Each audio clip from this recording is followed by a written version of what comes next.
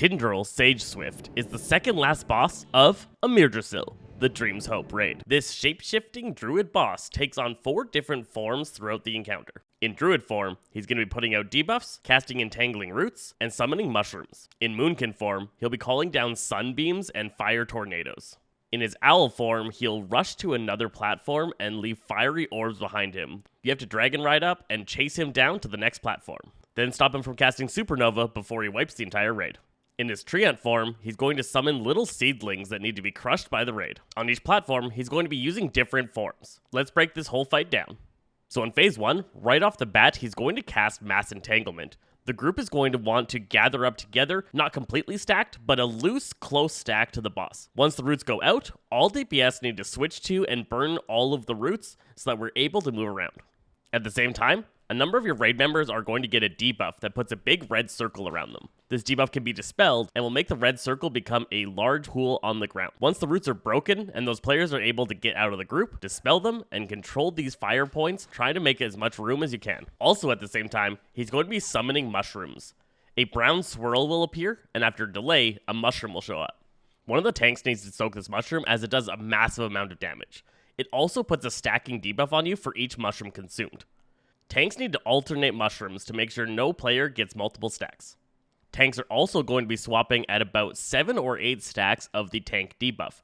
On every melee attack from the boss, you will gain a stack of a burning debuff, and you'll want to mitigate these stacks as best as possible. Shortly after the mushrooms, he's going to switch into his Moonkin form, raining Sunfire down on the raid. Constant damage your healers are going to have to deal with for the rest of this phase. At this point, he will summon a giant fiery swirl, and after a delay, that will explode into a massive sunbeam, as well as fire tornadoes will shoot out in different directions. You'll need to avoid all of these, and in Heroic, there's just going to be even more of them. Shortly after the fire tornadoes, you're going to go into another mass entanglement phase, and then it'll just repeat the other effects. Occasionally throughout this phase, he's also going to cast Falling Star. This will do a burst of damage to the raid, and then cause some blue swirls to appear that you just have to avoid. After the second Moonkin form Sunbeam, the intermission will begin. The boss will turn into an owl and fly to the side of the raid. He'll start pushing everybody in the raid backwards, and then after delay, summon a bunch of fiery feathers. Each raider needs to move forward, touch one of these feathers, and this will allow you to activate your dragon riding mount. Find your standard mount up button, and get flying. You'll want to chase the boss to the north platform.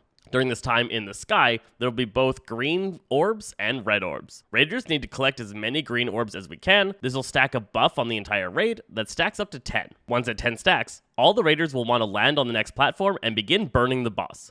He'll begin casting Supernova and gain a shield.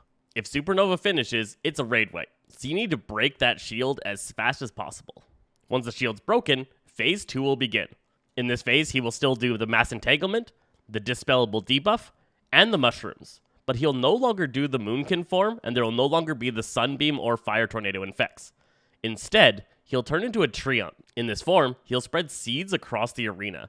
Raiders need to run around and stomp every seed. No seed can last more than 10 seconds. On Heroic, each seed is going to give you a stacking debuff, so raiders are not going to want to step on more than 3 seeds unless they have an immunity or major damage reduction. Dying stomping a seed is better than letting a seed finish its 10-second duration, which would then turn it into a big fiery tree that will wipe the raid. Similar to phase 1, there'll be 2 full rotations of the ability sets before the next intermission begins.